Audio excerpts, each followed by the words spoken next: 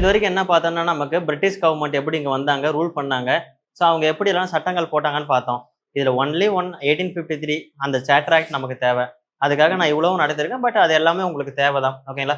So அந்த சேட்டர் act ஃபுல்லாகவே அவங்க போட்ட சட்டங்கள் எல்லாமே நீங்கள் பார்த்து தான் ஆகணும். பிரிட்டிஷ் வந்துட்டு அவ்வளோ சட்டங்கள் போட்டிருக்காங்க. அது அத்தனையும் இம்பார்ட்டன்ட். ஸோ ஒவ்வொரு சட்டத்துக்குள்ளாரையும் இம்பார்ட்டன்ட் டேட்டா இருக்குது. ஓகேங்களா? அதை வந்துட்டு பார்த்தீங்கன்னா உங்களுக்கு பாலிட்டி ஸ்டாஃப் கம்பல்சரி நடத்துவாங்க. ஏன்னா இது சட்டங்கள் எல்லாமே அரசியலமைப்பு பாலிட்டியில் தான் வரும். ஓகேங்களா? நான் ஜஸ்ட் இன்ட்ரோடக்ஷன் மட்டும் தான் கொடுத்துருக்கேன். இன்னுமே நம்ம யூனிட் 8க்குள்ளார போகலை. புரியுதுங்களா? ஸோ இன்ன வரைக்கும் பார்த்தீங்கன்னா மேலோட்டமாக தான் பார்த்துட்டு இருக்கோம். சரி, ஓகே. ஸோ இப்போ என்ன பார்க்க போறோம்னா, இப்போ தமிழ்நாடுக்கு வந்துடலாம். தமிழ்நாட்டில் 2 விதமான பிரிவு இருந்தது. இந்தியா முழுக்க பார்த்தீங்கன்னா ஹிந்து, முஸ்லீம். தமிழ்நாட்டில் பிராமின்ஸ், நான் பிராமின்ஸ் அப்படின்னு சொல்லிட்டு 2 முக்கியமான பிரிவுகள் இருந்தது. சரி, ஓகே. இப்போ வந்துட்டு பார்த்தீங்கன்னா முதல்ல வேத கல்வி இருந்தது. வேத கல்வி படித்தது யாரு? பிராமின்ஸ். ஸோ வேத கல்வி அவங்க தான் படித்தாங்க. அவங்க தான் முன்னுக்கு வந்தாங்க. அவங்க தான் எல்லா இதுலேயும் இருந்தாங்க. ஸோ கல்வியே அறிவு இல்லாதவங்க தான் நான் பிராமின்ஸ் இருந்தாங்க. ஓகேங்களா? இது ஒரு காலகட்டம் போயிட்டு இருந்தது. இப்போ வந்து பிரிட்டிஷ்ல இருந்து எப்படி ஈஸ்ட் இந்தியன் கம்பெனின்னு ஒரு குழு இங்க வந்து நம்மள ட்ரேட் பண்ணி வணிகம் பண்ணி நம்மள அடிமை பண்ணாங்களோ, அதே மாதிரி இன்னொரு குழு வந்தது. ஓகேங்களா? அந்த குழு என்னன்னு பார்த்தீங்கன்னா நமக்கு கிறிஸ்டியானிட்டி மிஷனரி, கிறிஸ்துவ சமய பரப்பு குழு. ஓகேங்களா? ஸோ கிறிஸ்துவ சமய பரப்பு குழு எல்லாம் கிறிஸ்டியானிட்டி மிஷனரி பார்த்துருப்பீங்களா? அந்த சிஎஸ்ஐ ஸ்கூல், சிஎஸ்ஐன்றது கிறிஸ்டியானிட்டி மிஷனரி. ஓகேங்களா? சவுத் இந்தியனோட கிறிஸ்டியன் அசோசியேஷன். ஸோ இது எல்லாமே கிறிஸ்டியானிட்டி மிஷனரி தான். ஓகேங்களா? ஸோ இந்த மிஷனரியோட ஒர்க் என்னன்னு பார்த்தீங்கன்னா, இப்போ வந்து பார்க்குறாங்க கிறிஸ்துவ சமயத்தை பரப்பணும். ஓகேங்களா? ஸோ இது வந்துட்டு அஃபென்ஸ்லாம் கிடையாது. எல்லாரும் எல்லாருடைய சமயத்தை பரப்புற மாதிரி இவங்க சமயத்தை பரப்பணும். ஆக்சுவலாக பார்த்தீங்கன்னா நமக்கு வந்து டெல்லி சுல்தான் முகல்ஸ் எல்லாம் பார்த்தீங்கன்னா அவங்க வந்து முஸ்லீம் மதத்தை பரப்புனாங்க. ஓகேங்களா? அதே மாதிரி இவங்க ரூல் பண்ணும்போது யாருக்கா இருந்தாலும் ஆசை இருக்கும்ல, நான் ரூல் பண்றேன் இந்தியாவை, ஸோ இந்தியாவில் வந்துட்டு என்னுடைய மதத்துக்காரங்க இருக்கணும்னு ஆசைப்படுவாங்க. ஸோ அப்படி அவங்க வந்தாங்க. இப்போ பிரிட்டிஷ்ல இருந்து 2 குழு வருது. ஒன்று என்னது? East Indian company. இன்னொன்று என்னது? கிறிஸ்துவ சமய பரப்பு குழு, கிறிஸ்டியானிட்டி மிஷனரி. ஓகேங்களா? கிறிஸ்டியானிட்டி மிஷனரி இங்கிலீஷ்ல, தமிழ்ல கிறிஸ்துவ சமய பரப்பு குழு வராங்க. ஸோ இவங்களுடைய நோக்கம் என்னன்னு பார்த்தீங்கன்னா, என்ன நோக்கம் இவங்களுது? கிறிஸ்துவ சமயத்துக்கு மாற்றணும். ஓகேங்களா? ஸோ வந்து என்ன பண்றாங்க அப்படின்னு பார்த்தீங்கன்னா, இவங்க தமிழ்நாடு ஃபுல்லா ஆய்வு பண்றாங்க. நான் ஒன்லி தமிழ்நாடு மட்டும் சொல்றேன். Okay sir? இந்தியா முழுக்க ஆய்வு பண்றாங்க. நம்ம தமிழ்நாடு ஐயனை மட்டும் பார்க்கணும். தமிழ்நாடு முழுக்க ஆய்வு பண்றாங்க. இவங்களுக்கு வந்து 2 விதமான கருத்து வருது. ஆக்சுவலா இங்க யாரும் ஃப்ரீயா பண்ண மாட்டாங்க. நம்ம என்ன பண்ணாலும் ஏதாவது ஒரு ஆஃபர் கொடுத்தாதான் அந்த மதத்துல இருந்து நம்ம மதத்துக்கு வருவாங்க. இது அவங்க கத்துக்கிட்ட ஒண்ணு. ஓகேங்களா? இன்னொன்னு என்னன்னு பாத்தீங்கன்னா, இந்த ஆஃபர் வந்துட்டு அவங்களுக்கு நல்ல வேலிடா இருக்கணும். ஓகேங்களா? அவங்க வாழ்க்கைக்கு தேவையான ஆஃபரா இருக்கணும் அப்படின்னு சொல்லிட்டு இந்த 2 தான் ஆய்வு பண்றாங்க இவங்க இங்க வந்து பண்ண வேலையில. அப்படி இவங்க பண்ண ஆய்வுல வேல்யூவானது என்னன்னு பாத்தீங்கன்னா எஜுகேஷன். ஓகேங்களா? ஸோ ஏன் எஜுகேஷனை சூஸ் பண்ணாங்கன்னா, படிச்சவன்லாம் யாரு? பிராமின்ஸ். படிக்காதவன் நான் பிராமின்ஸ். ஆனா அவனுக்கு படிக்கணும்னு ஆசை இருக்குது, ஆனா படிக்க விடல. இப்ப என்ன பண்றாங்கன்னா, இவன் பிரிட்டிஷுக்கு ஒரு லெட்டர் எழுதுறாங்க. கிறிஸ்டியானிட்டி மிஷனரி, ஆக்சுவலா சார் நாங்க ஃபுல்லா ஆய்வு பண்ணிட்டோம். ஆய்வு பண்ணதுல எங்களுக்கு என்ன தெரிஞ்சதுன்னா, கல்வி அறிவு இவங்களுக்கு இல்லை. நம்ம கல்வியை கொடுத்தா நம்ம மதத்துக்கு மாறுவாங்க. அதுக்கு நான் ஸ்கூல் கட்டணும், எனக்கு ஃபண்டு வேணும் அப்படின்னு சொல்லிட்டு கேட்கறாங்க. புரியுதுங்களா? ஸோ ஃபண்டுக்கு வேணும்னு கேட்டோடனே பிரிட்டிஷ்காரன் அங்கிருந்து அவன் ஃபண்டு தருவானா? என்ன சொல்றான்னா, இங்க ஏற்கனவே ஈஸ்ட் இந்தியன் கம்பெனி இருக்கான்ல, அவன் தான் எனக்கு கொடுத்துட்டு இருக்கான். அவன் எப்படி பார்த்தாலும் இங்க நிறைய அடிச்சிட்டு இருக்கிறான். அவன்கிட்ட இருந்து ஃபண்ட் வாங்கி நீ கட்டிக்கோ அப்படின்னு சொல்றாங்க. ஆக்சுவலா பிரிட்டிஷ் என்ன பண்றாங்கன்னா, யாருக்கு லெட்டர் எழுதுறாங்க? ஈஸ்ட் இந்தியன் கம்பெனிக்கு எழுதுறாங்க. ஈஸ்ட் இந்தியன் கம்பெனிட்ட என்ன பண்றாங்கன்னா, ஆக்சுவலா எனக்கு கொடுக்குறல்ல ஃபண்டு, ஸோ எனக்கு கொடுக்குற மாதிரியே ஒரு பங்கு நீ யார் கொடுக்கணும்? இப்போ அங்க வந்த கிறிஸ்துவ சமய பரப்பு குழுவுக்கு கொடு. காரணம் அவங்க ஸ்கூலை கட்டுவாங்க. புரியுதுங்களா? ஓகேங்களா? ஸோ யாரும் தாங்கிட்டு இருந்து எடுத்து தர மாட்டாங்க. ஓகே? ஸோ அவன் வந்து கொடுக்கலாம். பட் அவன் என்ன சொல்றான், நமக்கு தான் ஒரு அடிமை இருக்குது ஈஸ்ட் இந்தியன் கம்பெனின்ட்டு. அவன் எப்படி பார்த்தாலும் நம்ம கொடுக்கறது 10% தான். அவன் 90% எடுத்துக்கிறான். அதுல ஒரு பங்கு கொடுத்துட்டு போட்டோம் அப்படின்றாங்க. அவன் எப்படி பண்ணுவான்? அவன் தான் பாக்கெட்ல இருந்து எடுத்து கொடுப்பானா? டேக்ஸை வந்து ஹை பண்றான். ஓகேங்களா? டேக்ஸை வந்து அதிகம் எடுத்துக்கான். ஆக்சுவலா முன்ன வந்துட்டு நான் உதாரணத்துக்கு சொல்றேன், சும்மா 100 ரூபா வரி வாங்கிட்டு இருந்தான். அதுல வந்துட்டு 50 ரூபா இவன் எடுத்துட்டு 50 ரூபா யார்கிட்ட கொடுப்பான்? பிரிட்டிஷ்ட கொடுப்பான். இப்ப கிறிஸ்டியானிட்டி மிஷனரின்னு வந்ததால இப்ப என்ன பண்றான்னா, டேக்ஸை இன்க்ரீஸ் பண்றான். கிறிஸ்டியானிட்டி மிஷனரிக்கு இவன் தான் காசு கொடுத்தாகணும். அதே 100 ரூபா வாங்கிட்டு 50 ரூபா கொடுத்த மீதி 50 ரூபாயில இங்க மிஷனரிக்கு கொடுக்க முடியாதுல்ல. அவங்க கொடுத்தா 20 ரூபா கொடுக்கணும். 30 ரூபா தான் இவனுக்கு லாபம் நிக்குது. என்ன பண்றான்னா, அந்த 20 ரூபாயை நம்ம மக்கள் மேல இது பண்றான். 120 ரூபாயா டேக்ஸ் வாங்குறான். டேக்ஸ் வாங்கி 50 ரூபா அங்க கொடுத்துட்டு 50 ரூபாயும் வச்சுக்கிட்டு அந்த 20 ரூபா எக்ஸ்ட்ரா வாங்கினால டேக்ஸ் அதை மிஷனரிக்கு கொடுக்குறான். இதனால பாதிக்கப்பட்டது யாரு? மக்கள். இது புரிஞ்சதுனால ஓகே. ஏன்னா நான் நடத்த போறது அதுதான். ஓகேங்களா? சோ அதுல ஒரு பாயிண்ட், வேலிட் பாயிண்ட் அது ஒண்ணுதான். ஓகே, புரியுதுங்களா இது வரைக்கும்? சோ இங்க 2 வராங்க. யார் வராங்க? ஈஸ்ட் இந்தியன் கம்பெனி, அதுக்கப்புறம் கிறிஸ்டியானிட்டி மிஷனரி, கிறிஸ்துவ சமய பரப்பு குழு. ஓகேங்களா? சோ 2 பேர் வராங்க. இங்கிலீஷ்ல சொன்னா உங்களுக்கு அண்டர்ஸ்டாண்ட் ஆகுது இல்ல? கிறிஸ்துவ சமய பரப்பு குழு. ஓகே. சோ கிறிஸ்டியானிட்டி சமய பரப்பு குழு, கிறிஸ்துவ சமய பரப்பு குழு வராங்க. வந்து மாடர்ன் எஜுகேஷன் ஒண்ணு நான் பிராமின்ஸுக்கு தரல. நாம அதை கொடுத்தா என்ன மதத்துக்கு மாறுவாங்க? கிறிஸ்தவ மதத்துக்கு மாறுவாங்க. எனக்கு அதுக்கு ஸ்கூல் கட்டணும், எனக்கு ஃபண்டு வேணுன்றாங்க. அந்த ஃபண்டு யார்கிட்ட வாங்க சொல்றாங்க? ஈஸ்ட் இந்தியன் கம்பெனிட்ட வாங்க சொல்றாங்க. புரியுதுங்களா? இப்ப ஈஸ்ட் இந்தியன் கம்பெனி வந்துட்டு நம்மள்ட்ட டாக்ஸ் அதிகமா போட்டு என்ன பண்றாங்க? அதை அவங்களுக்கு கொடுக்குறாங்க. அப்படி ஸ்கூல் எல்லாம் கட்டுறாங்க. ஸ்கூல் கட்டின உடனே பாத்தீங்கன்னா கிறிஸ்டியானிட்டி ஸ்கூல்ஸ் உருவாகுது. சிஎஸ்ஐ ஸ்கூல் பாத்துருக்கீங்களா? இந்த மாதிரி பல ஸ்கூல்ஸ் வந்து உருவாகுது. அந்த ஸ்கூல்ல ஒரே ஒரு நோக்கம் தான், என்னன்னா உனக்கு எஜுகேஷன், அதாவது மாடர்ன் எஜுகேஷன். இது வரைக்கும் உங்களுடைய கனவு என்னது? இதை படிச்சு கவர்மெண்ட் ஜாபுக்கு போகணும் அப்படின்றதான் உங்களுடைய கனவு. அந்த கனவை நான் நனவாக்குறேன். ஓகேங்களா? அதுக்காக நீ எனக்கு என்ன பண்ணா, விருப்பப்பட்டா, இந்த வார்த்தையை நல்லா நோட் பண்ணிக்கோங்க, விருப்பப்பட்டா என்னுடைய மதத்துக்கு நீ மாறலாம். புரியுதுங்களா? இன்னமும் கிறிஸ்டின் ஸ்கூல் இருக்கா? இருக்கா? யாரெல்லாம் இங்க இருக்கும் கிறிஸ்டின் ஸ்கூல்ல படிச்சிருக்கீங்க? இதுல யாரெல்லாம் கிறிஸ்டின் இல்லாதவங்க? ஸோ இவங்க பாத்தீங்கன்னா ஆப்வியஸ்லி கிறிஸ்டின் இல்லை. ஓகே, கிறிஸ்டின் இல்லாதவங்க கிறிஸ்டின் ஸ்கூல்ல படிச்சிருப்பாங்க. யாரும் ஃபோர்ஸ் பண்ணிருக்க மாட்டாங்க. ஓகேங்களா? விருப்பப்பட்டா நீங்க கிறிஸ்தவன்ட்ட மதத்துக்கு மாறலாம். அது வரைக்கும் விருப்பம் இல்லைன்னா நீங்க படிக்கலாம். உங்களுக்கு எஜுகேஷன் ஃப்ரீ. ஓகே. இன்னும் பாத்தீங்கன்னா கிறிஸ்டின் ஸ்கூல்ல லோயஸ்ட் காஸ்ட். ஓகேங்களா? சில கிறிஸ்டின் ஸ்கூல் கவர்மெண்ட் எய்டடா இருக்குது. ஸோ அங்க வந்துட்டு பாத்தீங்கன்னா உங்களுக்கு சைக்கிள்ல இருந்து லேப்டாப்ல இருந்து எல்லாமே இது பண்ணுவாங்க. ஸோ இன்னமும் பாத்தீங்கன்னா கிறிஸ்தவ ஸ்கூல்கள் இயங்கிட்டு தான் இருக்குது. அதோடைய நோக்கம் பாத்தீங்கன்னா அப்போ கொண்டு வந்தது. ஓகேங்களா? அதாவது மாடர்ன் எஜுகேஷன், ஒரு எஜுகேஷன், மெக்காலே கல்விக் கொள்கை. அதை பிராமின்ஸ் படிச்சாங்க, நான் பிராமின்ஸ் படிக்கல. அவங்கள கிறிஸ்துவ மதத்துக்கு மாத்தணும்ன்ற கொள்கைக்காக கொண்டு வரப்பட்டது. ஓகேங்களா? ஸோ இதுல ஓரளவுக்கு அவங்க வெற்றியும் அடைஞ்சிருக்காங்க. நிறைய பேர்த்த மாத்திருக்காங்க. ஸோ ஏன்னா பாத்தீங்கன்னா எஜுகேஷன் கொடுத்துருக்காங்கல்ல, இது வரைக்கும் நமக்கு கொடுக்காத எஜுகேஷன் ஒருத்தவங்களுக்கு கொடுத்துருக்காங்க. ஸோ இப்போ எஜுகேஷன் படிச்சுட்டு எல்லாமே உயர்ந்த பதவி வந்துட்டாங்க. இந்த டைம்ல தான் எல்லாம் பாக்குறாங்க. படிச்சு முடிச்சுட்டு வேலை தேட போனா அந்த இடத்துல யார் இருக்கா? பிராமின்ஸ் இருக்காங்க. ஸோ அப்பதான் உனக்கு புரியுது, நம்மள பிராமின்ஸ் வந்து எந்த அளவுக்கு கிரஷ் பண்ணியிருக்காங்க, ஒடுக்கி இருக்காங்க. எங்க பார்த்தாலும் பிராமின்ஸ், நம்ம படிச்சு முடிச்சுட்டு வேலையே இல்லாம இருக்குமே அப்படின்னு சொல்லிட்டு அதுக்கு பேர் தான் நடுத்தர வர்க்கம் சொல்லுவாங்க, மிடில் கிளாஸ். அந்த மிடில் கிளாஸ் தான் என்ன பண்ணாங்கன்னா போராட்டம் பண்ண ஆரம்பிச்சாங்க. இவன் நாங்க படிக்கிறதுக்கு முன்னாடியே படிச்சுட்டு இங்க வந்துட்டான், எங்களுக்கு தேவை இவனோட இடம் கிடையாது, எங்களுக்கான இடம். ஓகேங்களா? ஸோ அவங்க நல்லா புரிஞ்சுக்கோங்க, யாரோட இடம் தேவை? எங்களோட இடத்த இவன் பிடிச்சிருக்கான். இவனுக்குன்னு சில ஆக்சுவலா பாப்புலேஷன்ல 90% நான் பிராமின்ஸ், 10% தான் பிராமின்ஸ். ஓகேங்களா? 10% இருக்கான். அவன் வந்துட்டு 90% கவர்மெண்ட் ஜாப்ல இருக்கான். 90% இருக்கான். நாங்க 10% தான் கவர்மெண்ட் ஜாப்ல இருக்கோம். என் பதவி எல்லாமே இவன் பிடிச்சிட்டான். எனக்கு பதவி தேவை, நான் படிச்சிருக்கேன், அதுக்கான ஸ்டஃப் என்கிட்ட இருக்குது அப்படின்னு அவன் போராட ஆரம்பிச்சான். ஓகேங்களா? இந்த போராட்டத்தின் விளைவாக வந்ததுதான் என்னது? சங்கங்கள். ஓகேங்களா? ஸோ போராட்டம்னா சாதாரணமாலாம் கிடைச்சிடாது. ஸோ சங்கங்களை வச்சு நிறைய போராடி போராடி போராடி போராடி இப்போ வாங்கினதான் நமக்கு ரிசர்வேஷன். இப்போ பார்த்தீங்கன்னா ஓசிக்கு ஏதோ ரிசர்வேஷன் இருக்கா? எதுவுமே கிடையாது. ஸோ பிசிக்கு இருக்குது, எம்பிசிக்கு இருக்கு, எஸ்சிக்கு இருக்கு, எஸ்டிக்கு இருக்குது, உமன்ஸுக்கு இருக்குது, அதுக்கப்புறம் பாருங்க டிஃப்ரெண்ட் ஏபிள்டு எல்லாத்துக்கும் இருக்குது. ஓகேங்களா? ஸோ இந்த ரிசர்வேஷன் அப்படின்ற ஒரு கான்செப்ட் வந்ததுக்கான காரணமே பார்த்தீங்கன்னா நம்ம மெட்ராஸ்ல இருந்து தான் துவங்கி இருக்கு. ஓகேங்களா? ஸோ இப்போ புரியுதுங்களா ஏன் சங்கங்கள் அப்படின்னு ஒரு கான்செப்ட் உருவாச்சுன்ட்டு? போராடுறதுக்காக உருவாக்கப்பட்டதான் சங்கங்கள். ஓகேவா? ஸோ இப்போ படிச்ச நடுத்தர வர்க்க மக்கள் எல்லாம் என்ன பண்றாங்கன்னா எஜுகேஷனுக்காக போராடினதுக்கு ஒரு காலகட்டம், இப்போ வேலைக்காக போராடுறாங்க. அப்படி போராடும் போது ஒவ்வொரு சங்கங்கள் உருவாக்கியிருக்காங்க. அப்படி தமிழ்நாட்டுல உருவான முதல் சங்கம் பாத்தீங்கன்னா உங்களுக்கு மெட்ராஸ் நேட்டிவ் அசோசியேஷன், சென்னை வாசிகள் சங்கம். ரொம்ப இம்பார்ட்டன்ட் டாபிக் போட்டுக்கோங்க.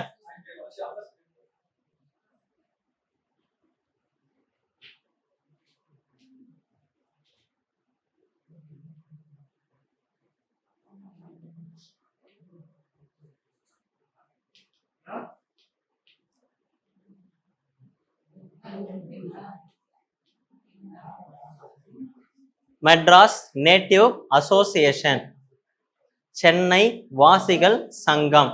ஓகேங்களா? ஸோ இந்த சங்கம் தான் முதல்ல தமிழ்நாட்டில் உருவானது, மெட்ராஸ்ல. தமிழ்நாடுன்றது நம்ம இப்போதான் மெட்ராஸ்ன்னு சொல்லி பழகிக்கோங்க. ஓகேங்களா? மெட்ராஸ்ல உருவான முதல் சங்கம் என்ன பார்த்தீங்கன்னா மெட்ராஸ் நேட்டிவ் அசோசியேஷன். ஓகேங்களா? இது எப்போ உருவானது?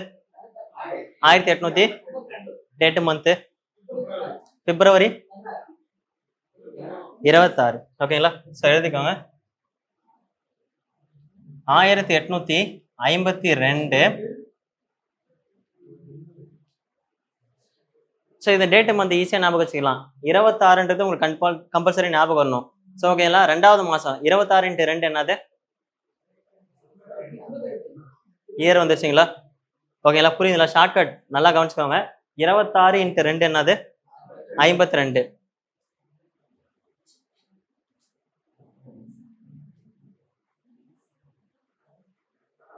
ஓகேங்களா, ஸோ அந்த 26 2 போட்டுக்கோங்க மந்த்து, 26ன்றது டேட்டு. ஓகேங்களா, ஸோ இதுதான் 2ஆம் மாதம். ஸோ இதுதான் வந்துட்டு பார்த்தீங்கன்னா முதல்ல உருவான ஒரு சங்கம், மெட்ராஸ் நேட்டிவ் அசோசியேஷன். ஓகேங்களா, சென்னை வாசிகள் சங்கம்.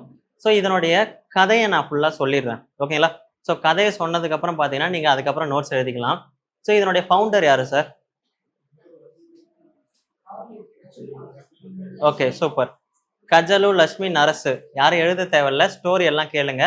ஸ்டோரி கேட்டதுக்கு அப்புறம் உங்களுக்கு ஈஸியா புரியும். ஓகேங்களா, ஸோ இதோட ஃபவுண்டர் யாருன்னா கஜலு லட்சுமி நரசு செட்டி. ஓகேங்களா, ஒரு செட்டியார் கஜலு லட்சுமி நரசு அப்படின்ற ஒரு பர்சன் தான் ஸ்டார்ட் பண்ணியிருக்காங்க. ஸோ இவங்க என்ன பண்ணியிருக்காங்கன்னு பார்த்தீங்கன்னா, இவர் ஒரு வணிகர், ட்ரேட் பண்ணக்கூடிய ஒரு பர்சன். ஓகேங்களா, இந்த வணிகர் என்ன பண்ணியிருக்காருன்னா ஒரு அசோசியேஷனை ஃபார்ம் பண்றாரு. ஸோ மெட்ராஸ்ல நமக்கு ஒரு அசோசியேஷன் தேவை அப்படின்னு சொல்லிட்டு இவர் ஃபார்ம் பண்ணதான் மெட்ராஸ் நேட்டிவ் அசோசியேஷன், MNA. ஓகேங்களா, ஸோ இந்த MNA வந்து ஸ்டார்ட் பண்ணிட்டு என்ன சொல்றாங்கன்னா 3 விதமான கருத்தை சொல்றாங்க. நல்லா கவனிச்சுக்கோங்க. ஸோ இவருடைய நோக்கமே என்னன்னு பார்த்தீங்கன்னா, இதுக்கப்புறம் பார்த்தீங்கன்னா 1852க்கு அப்புறம் உங்களுக்கு என்ன வருது? அடுத்த வருஷம் என்னது? இது எங்கேயோ பார்த்த மாதிரி இருக்கா? 1853 சார்ட்டர் ஆக்ட், பட்டய சட்டம். புரியுதுங்களா? ஸோ பட்டய சட்டம்ன்றது என்னது? 20 வருஷத்துக்கு ஒரு டைம் வந்துட்டு டென்யூர், அதாவது அவங்களுடைய காலகட்டத்தை நீட்டிக்கிறது. புரியுதுங்களா? ஸோ 1853ல பட்டய சட்டம் போட போறாங்க. ஸோ அந்த டைம்ல போடக்கூடாது. நான் சொல்றத கணக்குல வச்சுட்டு நீங்க போடணும். இப்போ புரியுதுங்களா நான் ஏன் அந்த சட்டங்கள்லாம் எழுதுனேன்ட்டு? ஸோ இந்த ஒரே ஒரு ரீசனுக்காக தான் 1853 பட்டய சட்டம் உங்களுக்கு புரியணுன்றதுக்காக தான் அத்தனை சட்டங்களும் எழுதினேன். ஓகேங்களா, ஸோ இவர் கட்சி ஸ்டார்ட் பண்ணது எப்போ? 1852. இந்த 52க்கு அப்புறம் என்ன வருது? 53. ஓகேங்களா, பட்டய சட்டம் போட போறாங்க. ஆனா அந்த கஜலு லட்சுமிக்கு என்னன்னா பட்டய சட்டம் போடக்கூடாது, நான் சொல்றதெல்லாம் கணக்குல வச்சு நீ போடணும் அப்படின்னு சொல்லியிருக்காங்க. மெட்ராஸை சேர்ந்த ஒருத்தவர் தான் முதல் லெட்டர் எழுதுறாரு பிரிட்டிஷ் கவர்மெண்ட்டுக்கு. புரிஞ்சுக்கோங்க நல்லா. ஸோ இங்கிருந்து லெட்டர் எழுதுறாரு. அந்த லெட்டர்ல என்ன சொல்றாருன்னா, நீங்க 1853 சார்ட்டர் ஆக்ட் போட போறீங்க, பட்டய சட்டம் போட போறீங்க. ஆனா போடுறதுக்கு முன்னாடி நான் சொல்றது எல்லாம் மனசுல வச்சுக்கிட்டு அதுக்கப்புறம் நீங்க போடுங்க அப்படின்னு சொல்றாங்க. ஸோ அப்படி என்ன உங்களுக்கு என்ன இருக்கு அப்படின்னு கேட்டிருக்காங்க. ஸோ அப்பதான் வந்துட்டு என்ன பண்ணேன், அந்த ஒரு 3 விதமான கருத்து சொல்றாங்க. ஃபர்ஸ்ட் என்னன்னு பாத்தீங்கன்னா ஜமீன்தாரி ரயத்வாரி, இது டாக்ஸ். ஓகேங்களா, இந்த டாக்ஸால யாரு பாதிக்கப்படுறா? விவசாயிகள் பாதிக்கப்படுறாங்க. ஆக்சுவலா இந்த டாக்ஸ் வந்து விவசாயிகளை சுரண்டுற மாதிரி இருக்குது. என்னென்ன டாக்ஸ்? ஜமீன்தாரி ரயத்வாரி, இங்கிலீஷ்லயும் அதான் சார், ஜமீன்தாரி ரயத்வாரி டாக்ஸ், வரிகள். இதன் மூலியமா யாரு பாதிக்கப்படுறாங்க? ஃபார்மர்ஸ், விவசாயிகள் பாதிக்கப்படுறாங்க.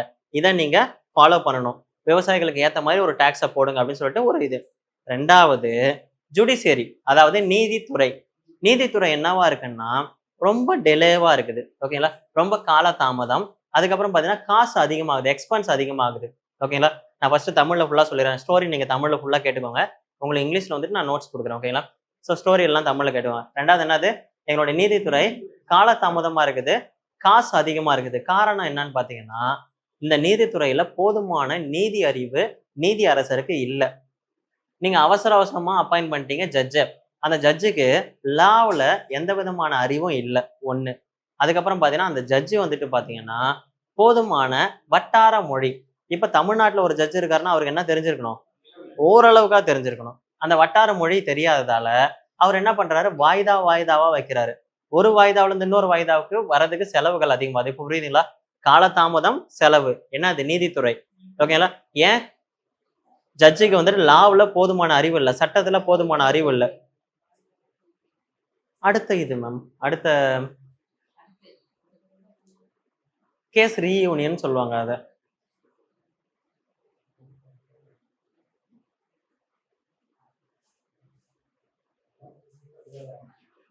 ஓகே, ஸோ புரியுதுங்களா இது வரைக்கும்? ஸோ செகண்ட் என்னது? நீதித்துறை வந்துட்டு ரொம்ப வந்து செலவா இருக்குது, காலதாமதமா இருக்குது. ஓகேங்களா, ஸோ அதை மட்டும் புரிஞ்சுக்கிட்டா போதும். அதுக்கான ரீசன் வந்துட்டு உங்க மைண்டுக்குள்ளார ஓடினா போதும். செகண்ட் ரீசன் புரிஞ்சுதுங்களா? தேர்ட் ரீசன் வந்துட்டு பாத்தீங்கன்னா, நாங்க கட்டுற டாக்ஸ் என்னவாகுது, எங்களுக்கு ரிட்டர்ன் வரல. ஓகேங்களா? இப்ப கவர்மெண்ட் வந்துட்டு ஒரு இது விட்டுருக்காங்க, நீதித்துறை ஐ மீன் நிதி அமைச்சர் நிர்மலா சீதாராமன் வந்துட்டு பாத்தீங்கன்னா, போன பீரியட்ல ஓகேங்களா, போன இதுல வந்துட்டு பாத்தீங்கன்னா ஒரு அறிக்கை தாக்கல் பண்ணாங்க. அதாவது ஒவ்வொரு ஸ்டேட்டும் பாத்தீங்கன்னா டாக்ஸ் கட்டுவாங்க. ஸோ இப்போ உதாரணத்துக்கு சும்மா சொல்றேன், தமிழ்நாடு வந்து ₹1 டாக்ஸ் கட்டுது. தமிழ்நாடு ₹1 டாக்ஸ் கட்டுது. ₹1 தான் கட்டுதான்னு கேட்டீங்கன்னா கிடையாது, நிறைய கட்டுது. பட் ₹1 டாக்ஸ் கட்டுதுன்னு வச்சுக்கோங்களேன். அந்த டாக்ஸ் ரிட்டர்ன் நமக்கு எவ்வளவு வருதுன்னா ஒரு 95 பைசா வருது. 95 பைசா.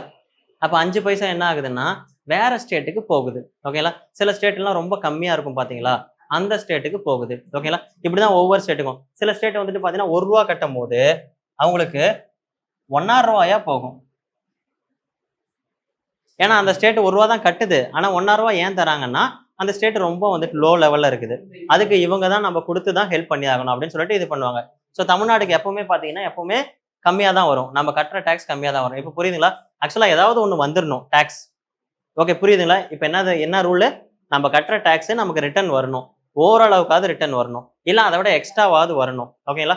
இதுதான் வந்து ரூல். அப்போ வந்து பாத்தீங்கன்னா என்ன சொல்றேன்னா 3வது பாயிண்ட், நாங்க டாக்ஸ் கட்டுறோம். ஆனா அந்த டாக்ஸ் வந்துட்டு பாத்தீங்கன்னா எங்களுக்கு ரிட்டர்ன் வர மாட்டேங்குது. ரிட்டர்ன் எங்களோட செலவுக்கு பண்ண மாட்டாங்க. அதை கிறிஸ்டியானிட்டி மிஷினரிக்கு மடமாற்றம் செய்யறாங்க.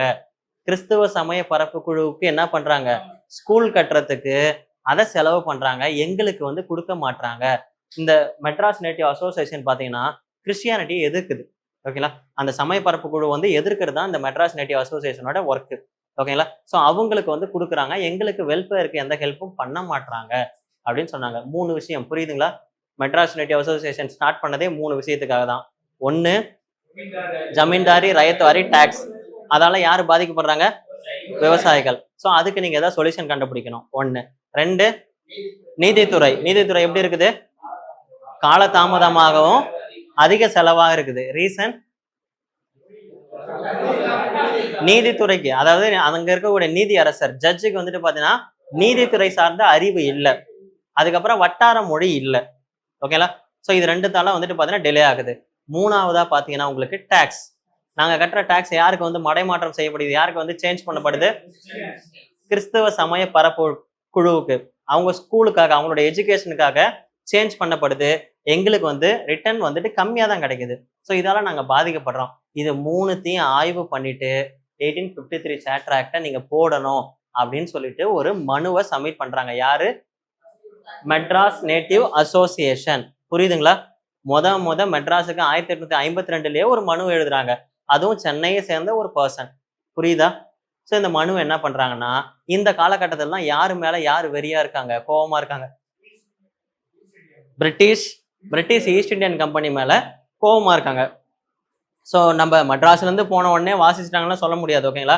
இது போன அடுத்த நிமிஷமே வந்து வாசிச்சிட்டாங்க. ஏன்னு பாத்தீங்கன்னா நம்ம மேல வச்ச பாசம்லாம் கிடையாது. அவனை எப்படியாவது தூக்கணும்னு அவங்களுக்கு ஆசை. அவனை பத்தி நாம கம்ப்ளைண்ட் பண்ணோன்னே என்ன ஆயிடுச்சு, உடனே இதை வாசிச்சாங்க. ஓகேங்களா? அவங்களுடைய பார்லிமெண்ட்ல எடுத்த உடனே இந்த மாதிரி மெட்ராஸ்ல இருந்து ஒரு கடிதம் வந்திருக்கு, பிரிட்டிஷ் ஈஸ்ட் இந்தியன் கம்பெனி மேல அலிகேஷன் வச்சிருக்காங்க, குற்றச்சாட்டு வச்சிருக்காங்க, இதை பத்தி நம்ம விவாதிக்கலாமா கேட்டோம்னா உடனே எடுத்துட்டு வாங்க அப்படின்றாங்க. ஸோ அந்த தங்கத்தை தூக்கிட்டு வாங்கடான்ற மாதிரி அந்த லெட்டரை தூக்கிட்டு வாங்கன்னு சொல்லிட்டு உடனே வாசிக்கிறாங்க. வாசிச்சுட்டு என்ன பண்றாங்கன்னா ஒரு பர்சனை நியமிக்கிறாங்க. ஓகேங்களா? ஸோ அவரோட பேர் வந்துட்டு செய்மோர் அப்படின்னு ஒரு பர்சன். ஸோ இதெல்லாம் நான் உங்களுக்கு சொல்றேன். ஓகேங்களா? செய்னா என்ன அர்த்தம், நீ செய்யக்கூடிய செய்கை. மோர்னா அதிகமா. புரியுதுங்களா? ஸோ அந்த பேரை மறக்காது உங்களுக்கு, செய் மோர். ஓகேங்களா? இவருடைய செயல்களை அதிகமா செய்யுங்க அப்படின்னு சொல்லிட்டு. ஆக்சுவலா அவரோட பேரே செய்மோர் தான். நான் காமெடியா ஞாபகம் வச்சுக்கிறதுக்காக இது பண்ணேன். இவர் எதுக்காக நியமிக்கிறாங்கன்னு பாத்தீங்கன்னா, அந்த அசோசியேஷன் சொன்னாங்கல்ல மெட்ராஸ் நேட்டிவ் அசோசியேஷன், இதெல்லாம் கரெக்டா ராங்கா நீ போயிட்டு ஆய்வு பண்ணிட்டு வா அப்படின்னு சொல்லிட்டு இவர் அனுப்புறாங்க. ஸோ இவர் எதுக்காக வராரு, இன்ஸ்பெக்ஷன் ஆய்வுக்காக வராரு. ஓகேங்களா? ஸோ ஆய்வுக்காக வர இவர் வந்துட்டு பாத்தீங்கன்னா தமிழ்நாடு ஃபுல்லா ஆய்வு பண்ணிட்டு இருக்காரு.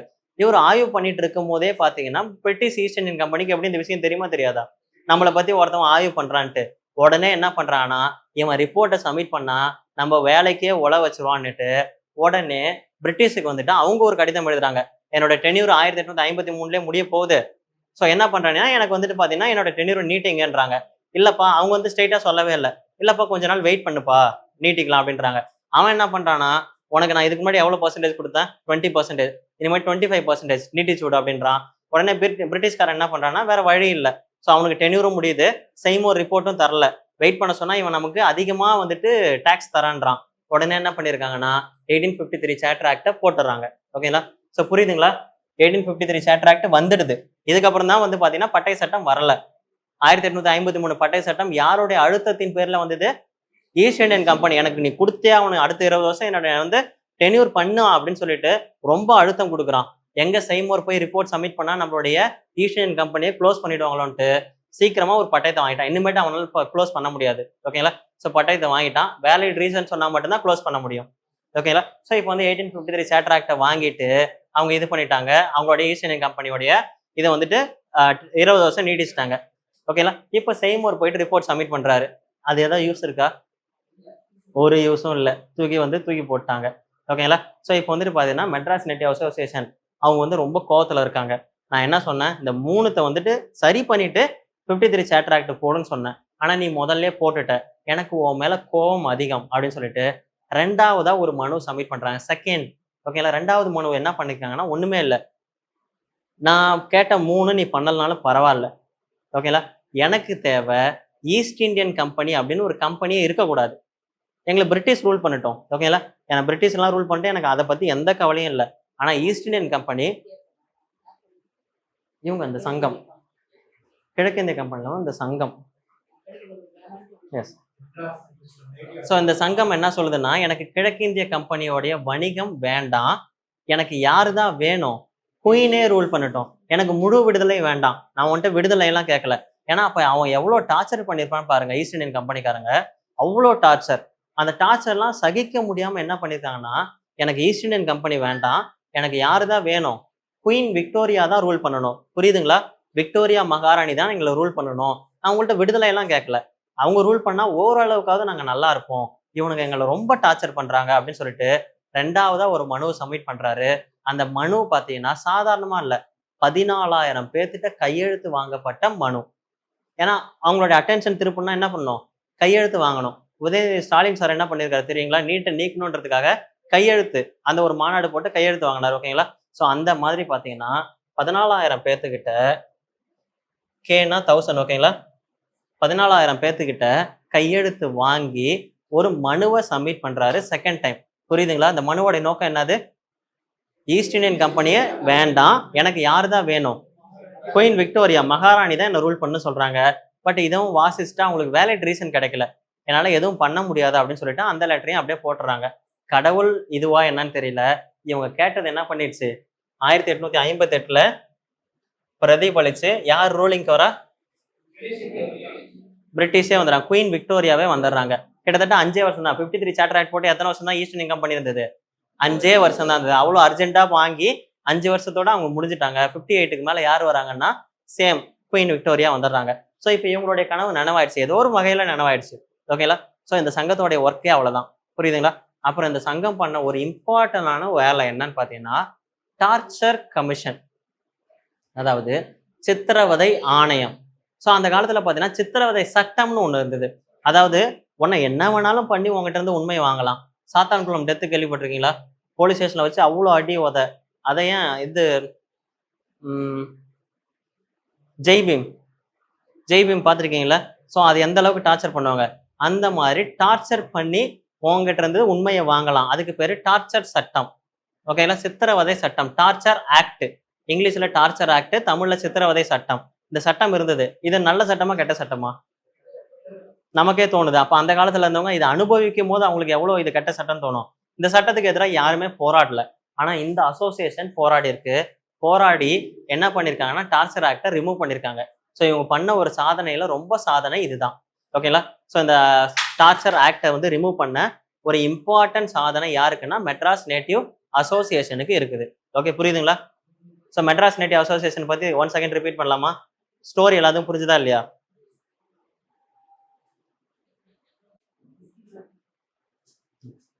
சரி, ஓகே. சென்னை வாசிகள் சங்கம்.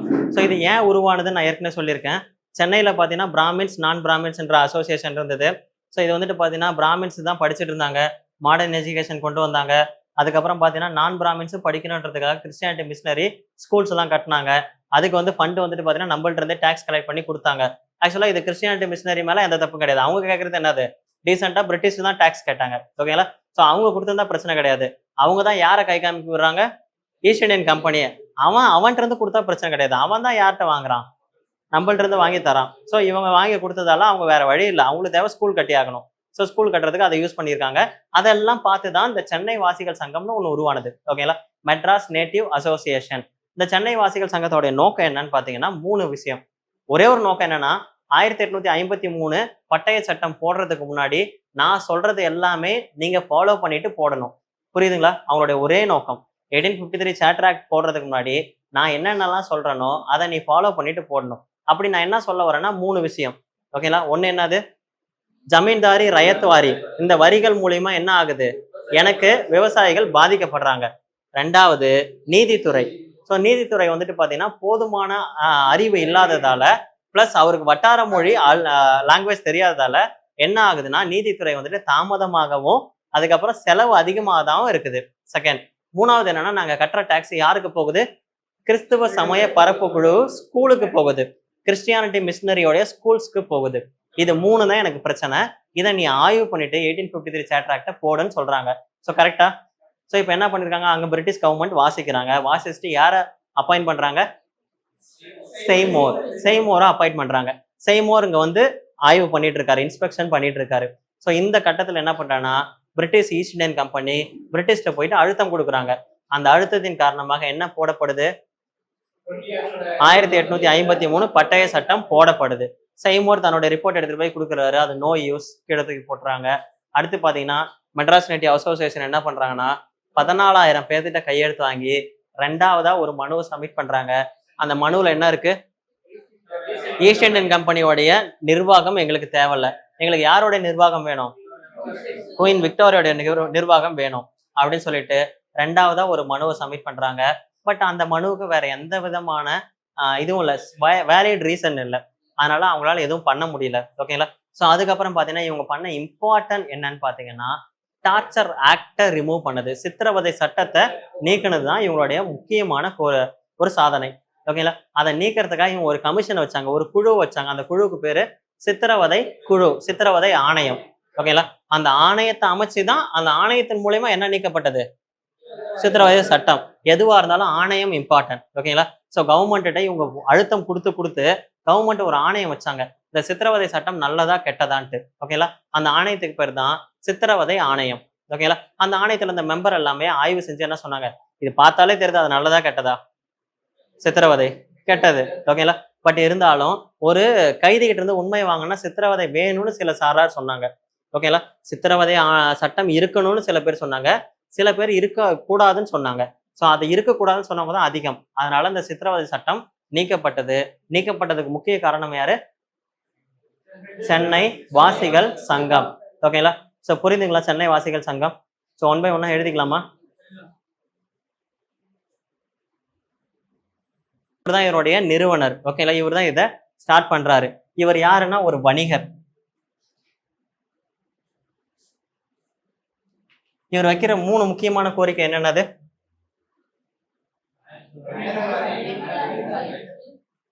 வரி. ஓகேங்களா? ஃபர்ஸ்ட் வரி. அது என்னது, ஜமீன்தாரி. ஷார்ட்டா எழுதிக்கோங்க. மெயின்ஸ் ஆல்சோ நீங்க இப்படிதான் எழுதி ஆகணும். ஓகேங்களா? ஸோ ஃபுல்லா சென்டென்ஸ் எழுதாங்க. ஸ்டோரி உங்களுக்கு புரிஞ்சுதா? ஸோ அந்த ஸ்டோரி புரிஞ்சுதுன்னா ஷார்ட்டா எழுதிக்கோங்க. ஓகேங்களா? ஸோ என்னென்ன வரி, ஜமீன்தாரி ரயத் வாரி.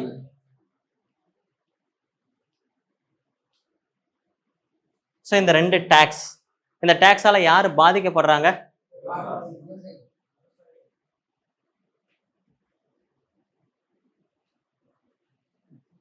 ஸோ விவசாயிகளுக்கு யாரு பாதிப்பு ஏற்படுதுன்னா இந்த 2 வரிகள். ஸோ அந்த வரிகள் அதிகமா இருக்கிறதால விவசாயிகள் நிறைய பேர் தற்கொலை பண்றாங்க, ஏகப்பட்ட ப்ராப்ளம் வருது. ஓகேங்களா? ஸோ 2வதா பாத்தீங்கன்னா நீதித்துறை.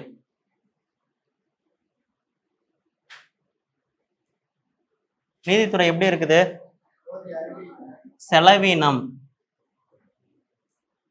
செலவீனம் அதிகம், அதுக்கப்புறம் காலதாமதம்.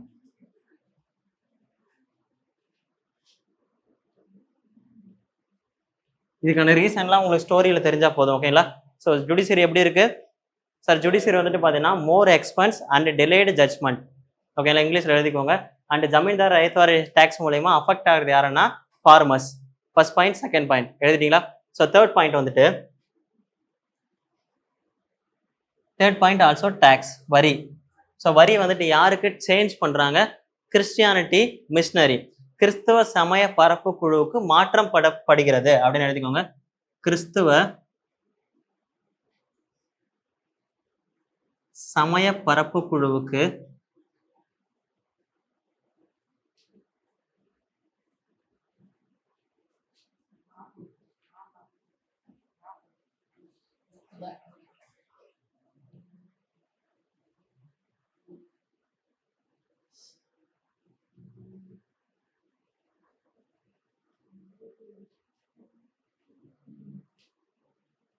ஸோ இந்த மூணும் எனக்கு தேவை அப்படின்னு சொல்லிட்டு யார் வந்துட்டு இம்போர்ட் பண்றாங்க? Madras native association. So Madras native அசோசியேஷனுடைய இந்த லெட்டரை வந்துட்டு யார் வாசிக்கிறாங்கன்னா பிரிட்டிஷ் கவர்மெண்ட் வாசிக்கிறாங்க. வாசிச்சுட்டு ஒருத்தர் அப்பாயிண்ட் பண்றாங்க. ஓகேங்களா? யார? செய்மோர் எழுதிக்கோங்க.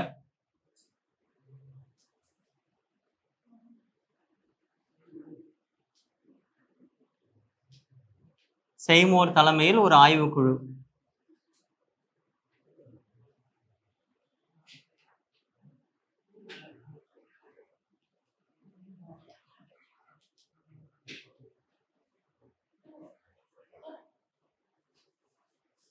செய்மோருடைய தலைமையில ஒரு ஆய்வுக்குழு வந்துட்டு இது பண்றாங்க. ஓகேங்களா?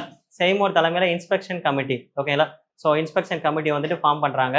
இவர் வந்து இங்க ஆய்வு பண்றாரு, அதெல்லாம் விட்டுருங்க. ஸோ இந்த டைம்ல பாத்தீங்கன்னா 1853 சேட்டர் ஆக்ட் வந்துட்டு போட்டுறாங்க. ஓகேங்களா?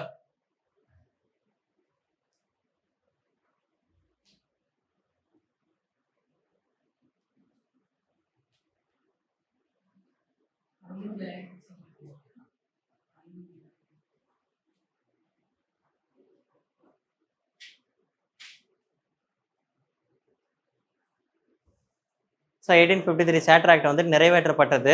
ஓகேங்களா?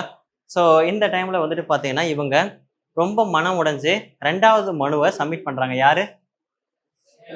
மெட்ராஸ் நேட்டிவ் அசோசியேஷன் செகண்ட் மனு. ஓகேங்களா? அதுல என்ன சொல்றாங்க?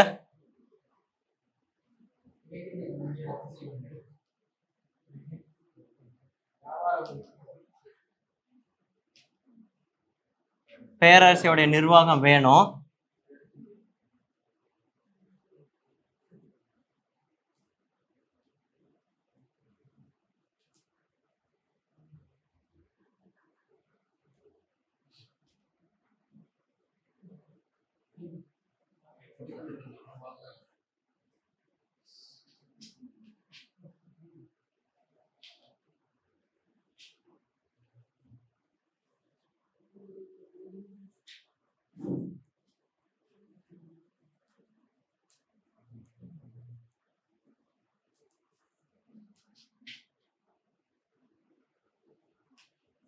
ஸோ யாருடைய நிர்வாகம் எனக்கு வேணும்?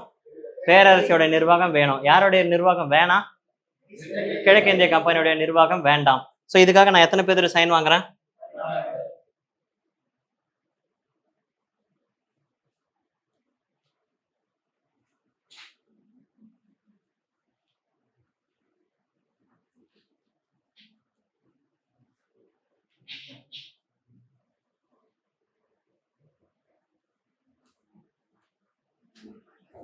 ஸோ இது உங்க செகண்ட் மனு. ஓகேங்களா? ஸோ இது புரிஞ்சுங்களா? இதோட ஃபர்ஸ்ட் மனு, செகண்ட் மனு. இது வந்து ஃபர்ஸ்ட் மனுவில் இவங்க பண்ண டேட்டாஸ். இது வந்து பார்த்தீங்கன்னா செகண்ட் மனுவில் இவங்க பண்ண விஷயங்கள். ஓகேங்களா? ஸோ இப்போ வந்து ஈஸ்ட் இந்தியன் கம்பெனியால எதுவும் பண்ண முடியல. ஸோ இதோட இவங்களோட இது முடிஞ்சிருச்சு. அண்ட் இன்னொன்று பார்த்தீங்கன்னா இவங்க பண்ண இம்பார்ட்டன்ட் வந்துட்டு சித்திரவதை சட்டத்தை ரிமூவ் பண்ணது. ஓகேங்களா? புரியல சார்? அது கிடையாது சார். அதோட அவங்களுக்கு முடிஞ்சிருச்சு. அவங்க பிரிட்டிஷ் ஈஸ்ட் இந்தியன் கம்பெனிக்கு எழுதுனா சாதனைகள். இவங்க என்ன சாதனை பண்ணாங்க அப்படின்றத பார்ப்போம். ஓகேங்களா?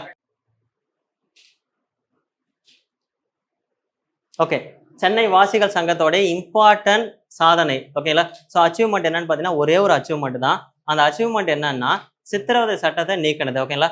டார்ச்சர் ஆக்டை ரிமூவ் பண்ணது. ஓகேங்களா? To abolish the torture act. ஓகேங்களா? ஸோ டார்ச்சர் ஆக்டை வந்து அபாலிஷ் பண்ணதான் இவங்களுடைய முதல் அச்சீவ்மெண்ட். அதுக்காக இவங்க ஒரு கமிஷன் ஃபார்ம் பண்ணியிருக்காங்க. அந்த கமிஷன் நேம் சித்திரவதை ஆணையம், டார்ச்சர் கமிஷன். ஓகேங்களா? ஸோ எழுதிக்கோங்க.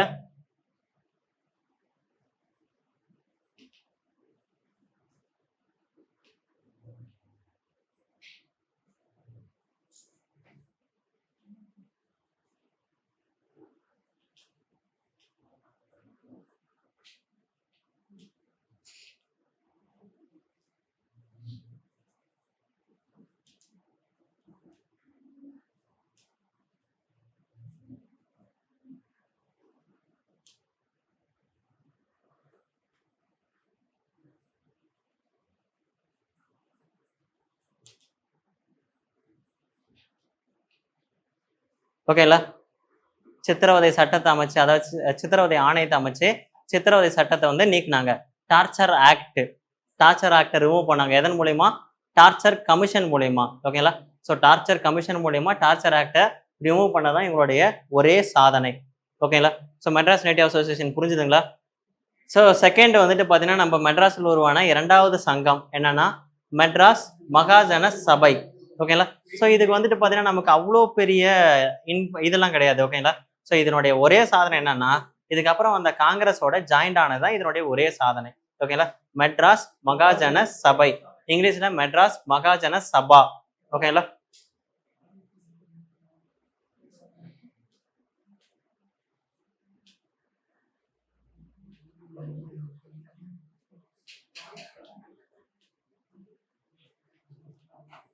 மெட்ராஸ் மகாஜன சபை.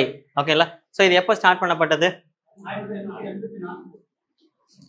டேட் மந்த்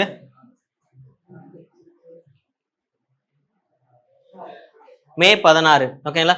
ஸோ 16/5/1884 ஸ்டார்ட் பண்ணப்பட்டதான் மெட்ராஸ் மகாஜன சபை. ஓகேங்களா? ஸோ அந்த மெட்ராஸ் மகாஜன சபை யாரால ஸ்டார்ட் பண்ணப்பட்டதுன்னா 3 பர்சன். ஓகேங்களா? Super ma'am. அனந்தச்சார்லு,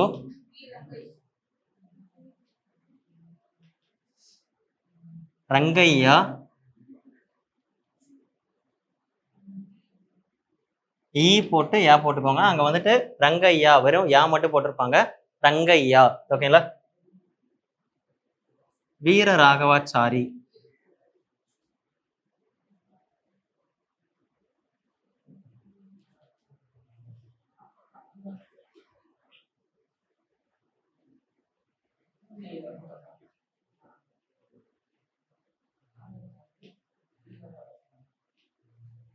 இவங்க 3 பேர் தான் நிறுவனர். ஓகேங்களா? ஃபவுண்டர்ஸ். ஓகேங்களா?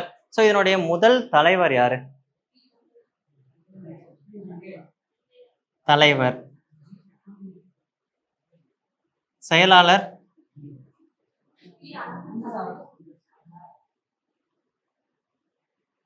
செயலாளர்னா செக்ரட்டரி. ஒவ்வொருத்துக்கும் செக்ரட்டரி இருப்பாங்க, பாத்துருக்கீங்களா? ஸோ ஒவ்வொரு கவர்மெண்ட்லயும் செக்ரட்டரின்னு ஒருத்தர், ஐஏஎஸ் ஆஃபீஸர். அதே மாதிரி இதனுடைய தலைவர் ரங்கையா, செக்ரட்டரி யாரு? ஆனந்தச்சார்லு. ஸோ இவருக்கு வந்து எந்த ரோலும் கிடையாது, இவர் ஒன்லி ஃபவுண்டர்ஸ். ஓகேங்களா? ஸோ இப்போ சொல்லுங்க, யாரெல்லாம் நிறுவனர்? ஆனந்தச்சார்லு, ரங்கையா, வீர ராகவாச்சாரி.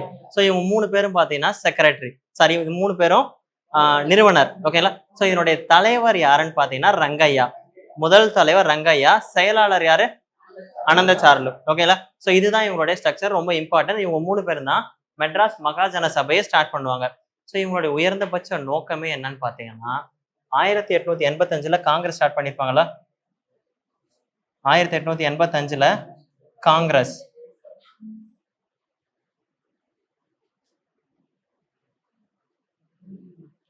காங்கிரஸ் அப்படின்னு ஒன்று ஸ்டார்ட் பண்ணியிருப்பாங்க.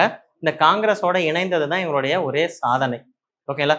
ஸோ ஜஸ்ட் வந்துட்டு பார்த்தீங்கன்னா 1885 காங்கிரஸோடைய மெர்ஜ் ஆயிட்டாங்க. ஓகேங்களா? காங்கிரஸுடன் இணைந்து உள்ளது.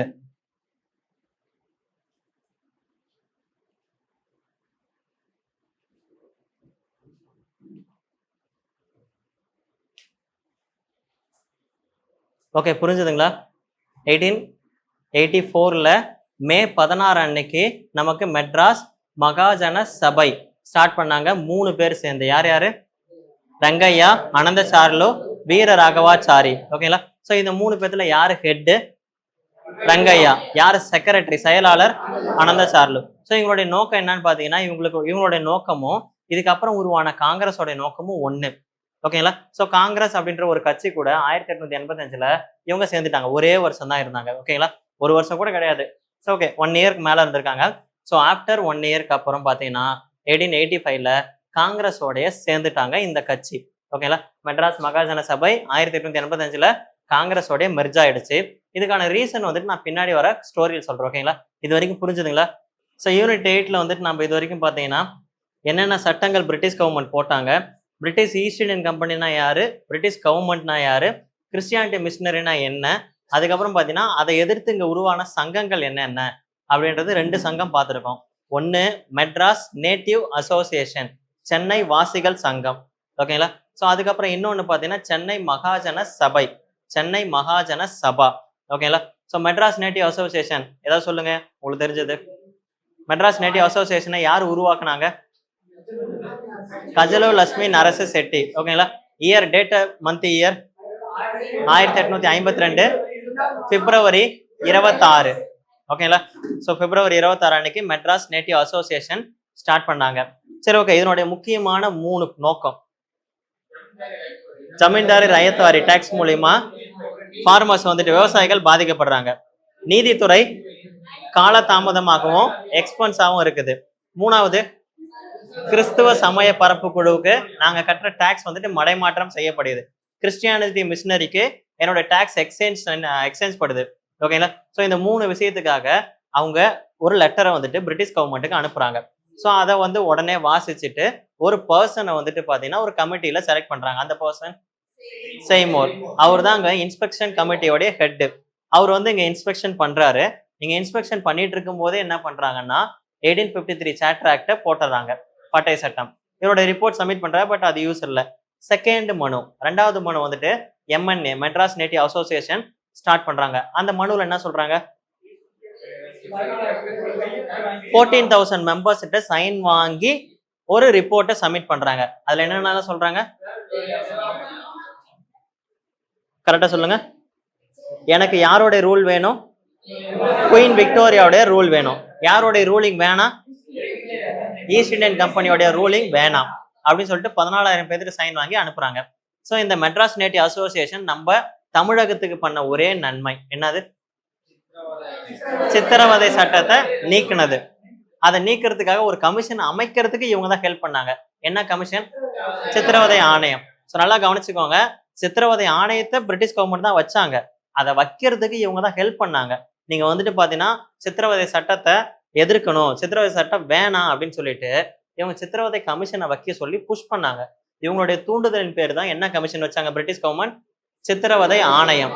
அந்த ஆணையம் போயிட்டு எல்லா இடத்துலயும் பாத்தீங்கன்னா ரிசர்ச் பண்ணி என்ன சொல்லியிருக்காங்க? சித்திரவதை சட்டம் ஒரு தீங்கானது அப்படின்னு சொல்லிட்டு அதை வந்துட்டு ரிமூவ் பண்ணாங்க. ஓகேங்களா. அதுதான் இம்பார்ட்டன்ட். யாருடைய கோல்? மெட்ராஸ் நேட்டிவ் அசோசியேஷன், சென்னை வாசிகள் சங்கத்தோடைய முக்கியமான ஒரு சாதனை. ஓகே, புரியுதுங்களா? இவ்வளவுதான் சென்னை வாசிகள் சங்கம். அடுத்தது பாத்தீங்கன்னா சென்னை மகாஜன சபை. ஓகேங்களா. ஸோ இதனுடைய கோல் ஒண்ணுமே கிடையாது. எப்போ ஸ்டார்ட் பண்ணாங்க? 1884 மே 16 அன்னைக்கு 3 பேர் ஃபவுண்டர். யார் யாரு? அனந்தசார்லு, ரங்கையா, வீர ராகவாச்சாரி. யாரு ஹெட்? ரங்கையா. யாரு வந்துட்டு செக்ரட்டரி? அனந்தசார்லு. ஸோ இவங்க தான் வந்துட்டு இது பண்ணியிருக்காங்க. இதனுடைய முக்கியமான நோக்கம் என்னது? 1885 காங்கிரஸோட ஜாயின் பண்ணிட்டாங்க. ஓகேங்களா. ஸோ இப்போ நம்ம என்ன டாபிக் பார்க்க போறோம்னா ஃபார்மேஷன் ஆஃப் காங்கிரஸ், காங்கிரஸ் உருவாக்கம். ஓகேங்களா.